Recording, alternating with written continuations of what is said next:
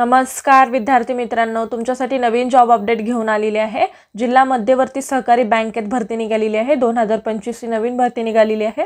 Official notification आलं असून form भरायला सुरुवात झाली आहे। यामध्ये खूप मोठ्या जागांसाठी जाहिरात आली असून आपण व्हिडिओमध्ये पाहणार आहोत किती जागा आहेत, अर्ज कोण करू शकतो, वयोमर्यादा काय आहे, एज्युकेशन क्वालिफिकेशन काय लागणार आहे, पगार किती असणार आहे, फॉर्म कुठे भरायचा, अर्ज कधीपासून भरायचा, लास्ट डेट कधीपर्यंत, अशा प्रकारची संपूर्ण माहिती आपण या व्हिडिओमध्ये पाहणार आहोत। व्हिडिओ शेवटपर्यंत पहा।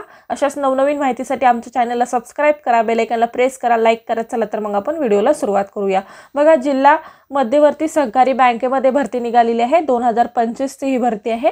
जागा बघा 77 जागांसाठी ते भरती निघालेली आहे आणि पदाचे नाव काय आहे, सिपाई लिपिक या पदासाठी इथे भरती निघालेली आहे। अर्ज पद्धती तुम्ही ऑनलाईन करू शकता आणि संधी सोडू नका, लगेचच तुम्ही इथे अर्ज करू शकता। चला तर मग आपण संपूर्ण सविस्तर माहिती पाहूया, त्यानंतर PDF नोटिफिकेशन सुद्धा इथे पाहणार आहोत। बघा, जिल्हा मध्यवर्ती सहकारी बँकेत सरळ सेवा अंतर्गत भरती निघालेली आहे। 2025 ची ही भरती आहे। जिल्हा मध्यवर्ती सहकारी बँक यांच्या अंतर्गत अर्ज मागवण्यात येत आहे। इच्छुक आणि पात्र उमेदवारांनी 31 जानेवारी 2025 पर्यंत ऑनलाईन अर्ज करू शकतात। बघा, तुम्हाला ऑनलाईन अर्ज करायचा आहे। बँकेचे नाव काय आहे, जिल्हा मध्यवर्ती सहकारी बँक अंतर्गत ही भरती निघालेली आहे। त्यानंतर बघा, कॅटेगरी काय आहे, प्रायव्हेट बँक जॉब असणार आहे। वयोमर्यादा 21 ते 38 वर्षापर्यंत तुम्ही इथे अर्ज करू शकता। कोण अर्ज करू शकतात, तर महाराष्ट्र राज्यातील उमेदवार इथे अर्ज करू शकतात। अनुभव आणि फ्रेशर उमेदवार इथे अर्ज करू शकतात का, तर हो, अनुभवाची गरज नाहीये आणि फ्रेशर उमेदवार सुद्धा इथे अर्ज करू शकतात। अर्ज पद्धती कशी आहे, ऑनलाईन पद्धतीने तुम्हाला इथे अर्ज करायचा आहे। वेतन तुम्ही जाहिरातीमध्ये पाहू शकता।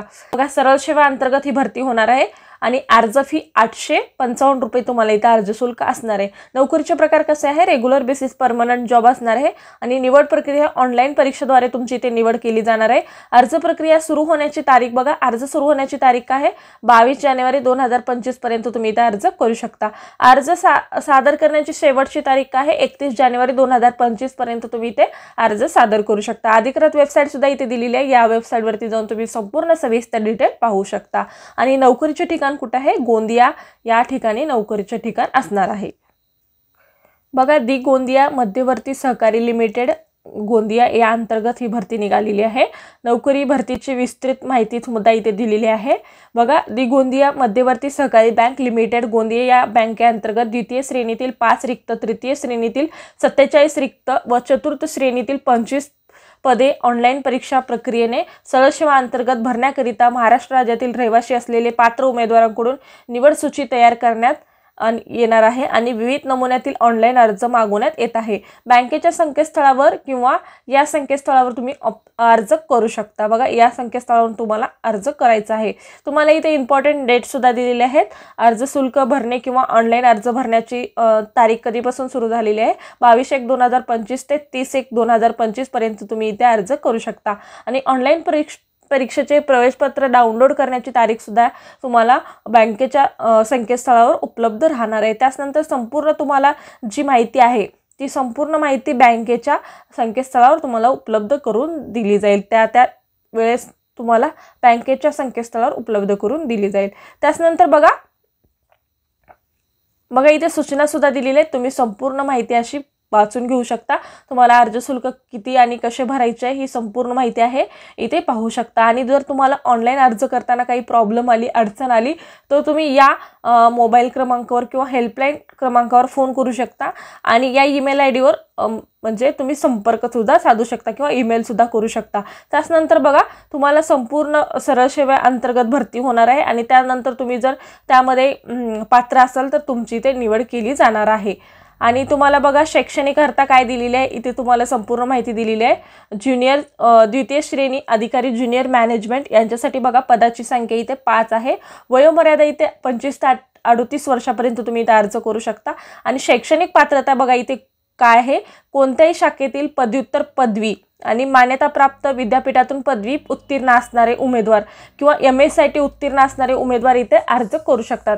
आणि तुम्हाला 3 वर्षाचा बँकिंग अनुभव सुद्धा इथे लागणार आहे। त्यानंतर MBA जे असं तुमचं जर काही एज्युकेशन असेल तर तुम्हाला इथे प्राधान्य देण्यात येणार आहे।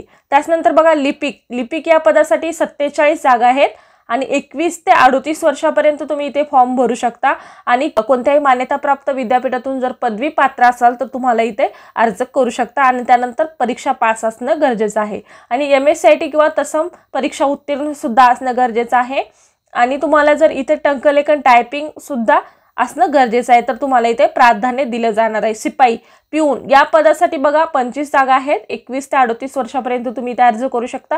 किमान 10वी उत्तीर्ण असणे गरजेचं आहे, तसेच इंग्रजी व संगणकाचे ज्ञान येणे आवश्यक आहे, तर तुम्ही इथे अर्ज करू शकता शिपाई या पदासाठी। बघा इथे तुम्हाला संपूर्ण माहिती दिलेली आहे आणि इथे वेतन श्रेणी सुद्धा दिलेली आहे। द्वितीय श्रेणी अधिकारी आणि लिपिक शिपाई यांच्यासाठी तुम्हाला इथे वेतन दिलेलं आहे। इथे काही वेतन मला काही समजत नाहीये तुम्हाला सांगण्यासाठी, ते तुम्ही बघू शकता, कारण 7,225 रुपये तर काही सॅलरी नसणार आहे। त्यामध्ये ही कशा पद्धतीने सॅलरी दिलेली आहे ते काही समजत नाही, ते तुम्ही पाहू शकता। कमीत कमी तुम्हाला 20,000च्या वरून सॅलरी इथे असू शकते।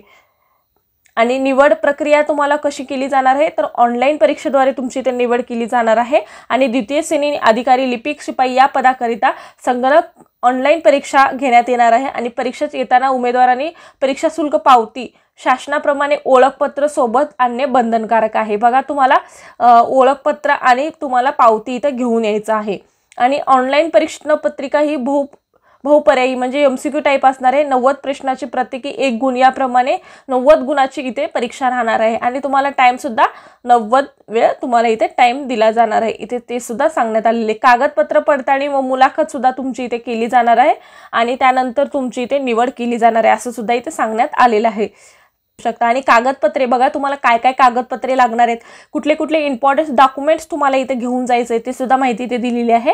शैक्षणिक अर्हता पुरावा, द्वितीय श्रेणी अधिकारी लिपिक यांच्याकरिता पदवी प्रमाणपत्र आणि कनिष्ठ शिपाई यांच्याकरिता 10वी प्रमाणपत्र तुम्हाला इथे लागणार आहे। बघा तुम्ही जर लिपिक आणि द्वितीय श्रेणी अधिकारी यांच्यासाठी जर तुम्ही अर्ज करत असाल तर तुम्हाला इथे पदवी प्रमाणपत्र लागणार आहे आणि तुम्ही जर शिपाई या पदासाठी अर्ज करत असाल तर 10वीचे प्रमाणपत्र तुम्हाला इथे लागणार आहे आणि जन्म दिनांकाचा पुरावा त्यासाठी तुम्हाला 10वीचे प्रमाणपत्र घेऊन जायचं आहे। MSCIT अथवा समक्ष प्रमाणपत्र इथे तुम्हाला लागणार आहे, MSCIT तुम्हाला इथे लागणार आहे आणि टंकलेखन प्रमाणपत्र असल्यास आणि लघुलेखन प्रमाणपत्र असल्यास बघा तुम्हाला टंकलेखन आणि लघुलेखक प्रमाणपत्र असेल तर तुम्ही ते सुद्धा घेऊन जाऊ शकता।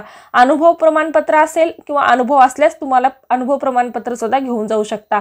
उमेदवारांनी अर्जात उल्लेख केलेली सर्व प्रमाणपत्रे तुम्हाला तिथे घेऊन जायचे। विवाहित महिलांच्या नावात बदल झाल्यास पुरावा तुम्हाला इथे लागणार आहे। जिल्हा पुनर्वसन अधिकारी यांचा प्रकल्पग्रस्त दाखला तुम्हाला इथे लागणार आहे। अर्जदाराची माहिती बरोबर असल्यास आणि उमेदवारांनी अन्य कोणत्याही आर्थिक बँक संस्था अन्य संस्था यांना सेवेतून बडतर्फ विलंबित केलं नसल्यास असे तुम्हाला इथे डॉक्युमेंट्स घेऊन जायचं आणि परीक्षा शुल्क किंवा पावती ते सुद्धा तुम्हाला इथे घेऊन जायचं आहे। बघा तुम्ही ही कुठल्याही बँकेत काम केला असाल किंवा अर्जाची माहिती बरोबर असल्यास किंवा उमेदवारांनी अन्य कोणत्याही बँक आर्थिक संस्थेत अन्य संस्था यांना सेवेतून बडतर्फ किंवा निलंबित केले नसल्यास असं स्वयंपत्र तुम्हाला तिथे घेऊन जायचं आहे आणि परीक्षा शुल्क पावती सुद्धा तुम्हाला तिथे न्यायची आहे। उमेदवाराची अंतिम निवड सूची कशी लागणार आहे बघा उमेदवारांनी ऑनलाईन परीक्षेत व मुलाखतीत गुण याची बेरीज करून 100 गुणांपैकी पात्र झालेले गुण याप्रमाणे तुमची निवड सूची किंवा प्रतीक्षा यादी जाहीर करण्यात येणार आहे, त्यानुसार तुमची इथे निवड केली जाणार आहे। द्वितीय तृतीय व चतुर्थ श्रेणीतील पदसंख्या विचारात घेता अंतिम निवड सूची व प्रतीक्षा यादी याप्रमाणे समान गुण प्राप्त झाल्यास प्राधान्यक्रम पुढील प्रमाणे राहणार आहे।